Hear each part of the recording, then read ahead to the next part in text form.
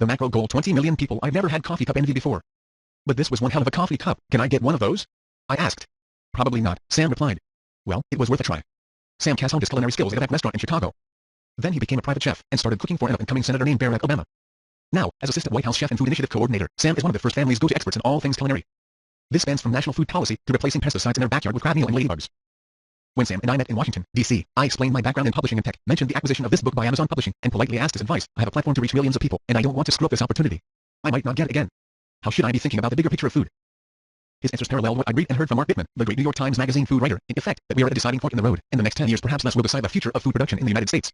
Here are a few of my notes, from multiple sources. In the United States, the last generation of career farmers is retiring. Specifically, more than 50% are set to retire in the next 10 years. Their farmland will be up for grabs.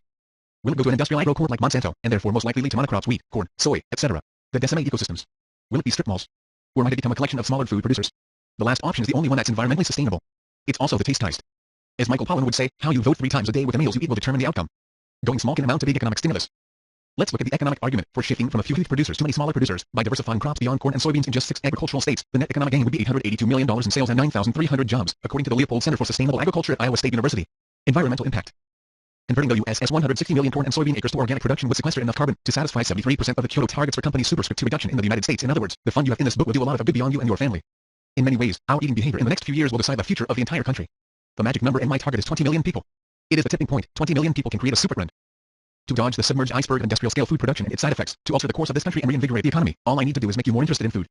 In total, we need to make 20 million people more aware of eating. This will lead to changes, starting with breakfast. Then the snowball of consonant decisions takes care of the rest. Stranger things have happened. Let the United States begin with beginner's mind. Mise en place, called mez in kitchen slang, means everything in its place. Commit this term to memory. It refers to your workplace. In this book, it also refers to your mind, your business, and your life. One of Anthony Bourdain's former chef colleagues had a habit of walking up to frazzled cooks in his kitchen, pressing his hand into their cutting boards, and lifting his palm to their faces. As he showed them the detritus embedded in his skin, he'd say, "You see this? That's what the inside of your head looks like now. What does your mind look like? We'll find out, and we will make it orderly." While in Calcutta, India, for this book, I stayed at the iconic Oberoi Grand. The concierge explained to me the hotel's hiring philosophy. You can bend mature bamboo. But if you get it as a young shoot, you can bend it, mold it. We hire them between the ages of 18 and 21 so we can mold them.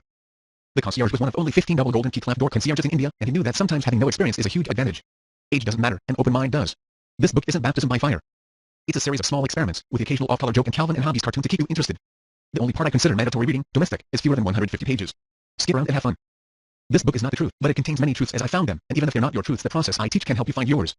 May all of your creations have just the right flavor, and may the joy of discovery be your guide. Pura Vida, Tim Ferriss's.